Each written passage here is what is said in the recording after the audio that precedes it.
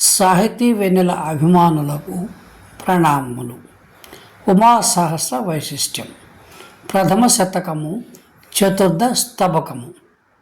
మొదటి శతకమునకు సంబంధించిన ఈ 4 స్తబకమునందు ఆధ్యాత్మికమైన మహాశక్తి కుండలిని స్వరూపిణిగా ప్రస్తుతించబడుతున్నది.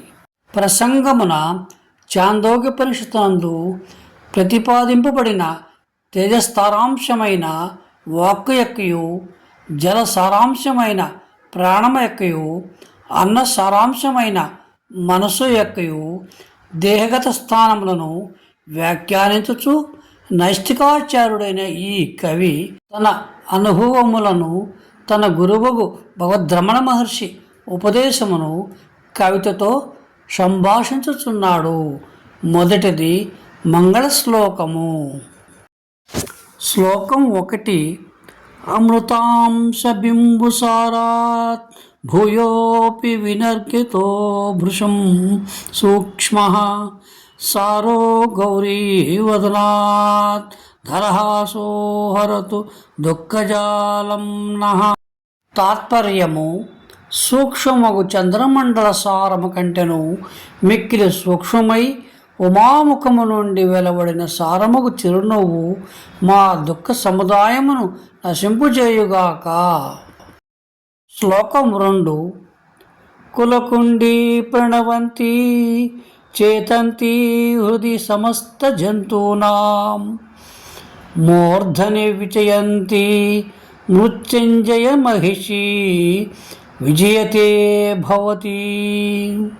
తాత్పర్యము: మృత్యుంజయుని పట్టపురాణి ఉమాదేవి నీవు మూలాధారమున ధ్వనించుచు సర్వ ప్రాణుల హృదయమున సంవిత్సరూపిణిగా మస్తకమున మతిరూపిణిగా విరాజిల్లుచున్నావు. శ్లోకం 3. తేజో జలాన్నసారై స్త్రయోణవో మూల హృదయమస్తేషు పాకాత్తే నిష్పాన్నస్త్రైలోక్య వ్యాపికేంబా దేహవతాం. తాత్పర్యము: త్రిలోకవ్యాపిని సర్వప్రాణజనని తేజో జల అన్నసారముల చేత 3 అణువులు మూలాధార హృదయ శీర్షములందు నీ పరిణామ కర్మము వలన పుట్టినవి. శ్లోకం 4. పూర్ణే శరీర శిల్పే ద్వారేణ బ్రహ్మరంధ్ర సంజ్ఞేన నాడీపథేన గత్వా తైజసమణు మా విశస్యమేయబలే.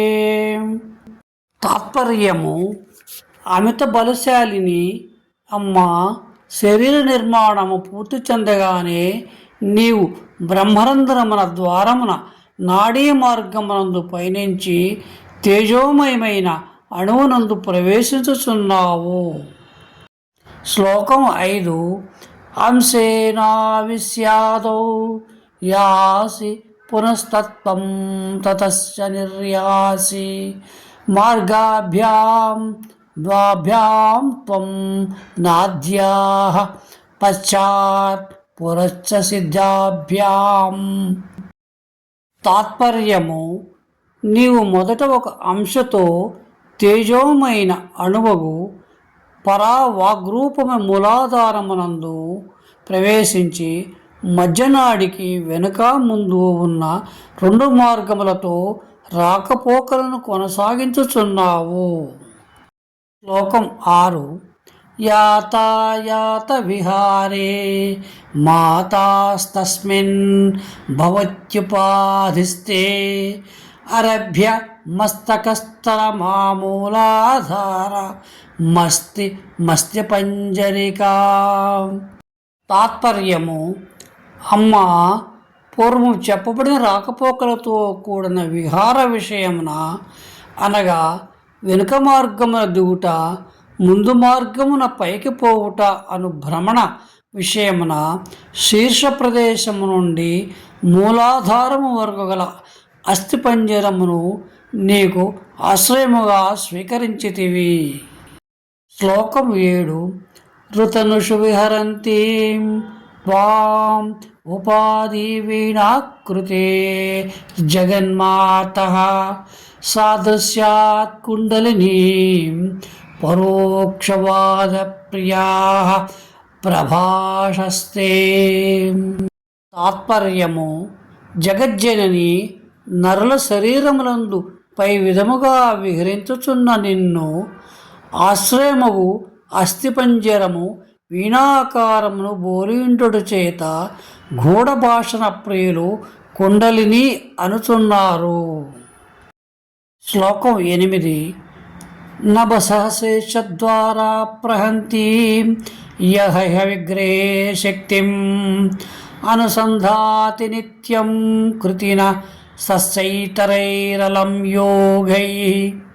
తాత్పర్యము: ఆకాశము నుండి శిరస్సు ద్వారా దేహమునందు ప్రవహించుచున్న శక్తిని నిత్యము దర్శించు ధన్యునకు ఇతర యోగముల ఆవశ్యకత లేదు.